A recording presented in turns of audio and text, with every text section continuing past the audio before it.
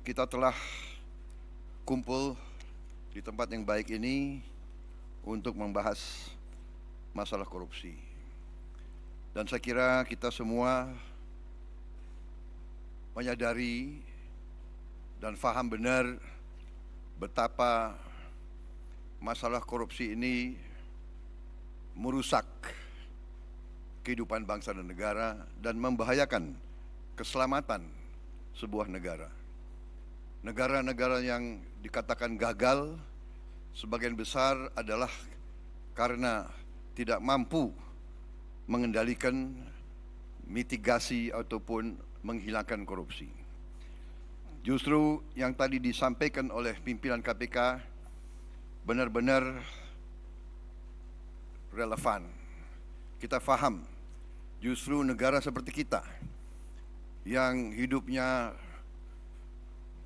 banyak sekali tergantung sumber daya alam, disitulah terjadi praktek-praktek korupsi yang sangat mengganggu kelangsungan hidup suatu bangsa.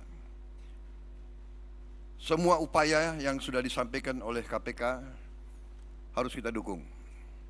Dan saya bertekad untuk mendukung dan untuk manakala saya nanti bersama Saudara Gibran menerima mandat dari rakyat, saya bertekad untuk memimpin upaya pemberantasan korupsi dengan sungguh-sungguh dan dengan total, saudara-saudara sekalian. Pendekatan yang sudah dilakukan itu sudah benar. Pendekatan pendidikan, kemudian pencegahan dan penindakan. Itu sudah benar, harus kita tingkatkan.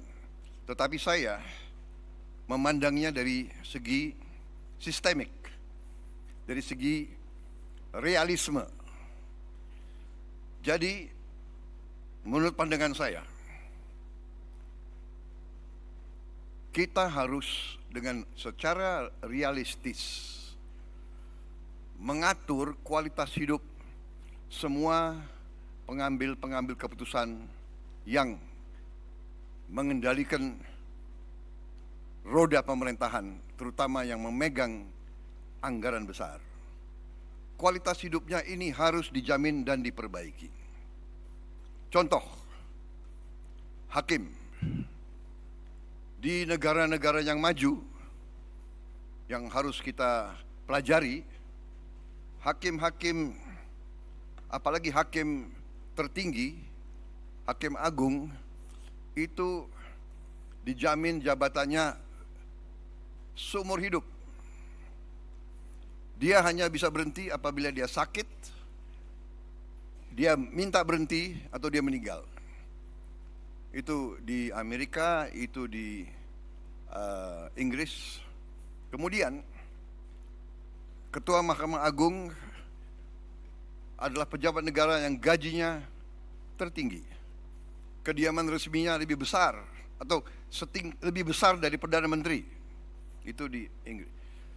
Hakim-hakim itu dijamin penghasilannya begitu besar sehingga bisa dikatakan dia tidak ada insentif untuk korupsi sama sekali.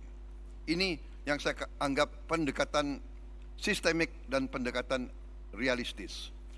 Pejabat-pejabat yang memegang anggaran besar, kualitas hidupnya dan penghasilannya harus sesuai. Sekarang direksi perusahaan swasta, bahkan perusahaan BUMN, gajinya jauh lebih besar dari Panglima TNI, dari dirjen-dirjen, dari menteri-menteri yang memegang anggaran negara yang triliunan.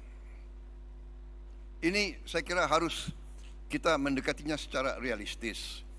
Ini keyakinan saya. Jadi kita perbaiki kualitas hidup, kita tingkatkan gaji-gaji semua pejabat, semua penyelenggara negara. Kita mampu, saya sudah hitung dengan tim pakar saya, Indonesia negara kaya bukan negara miskin. Kita mampu kita tingkatkan kualitas hidupnya, kita jamin kualitas hidupnya dengan berbagai sistem. Dengan demikian, kita tegakkan semua undang-undang yang perlu ditegakkan. Bila perlu, pembuktian terbalik.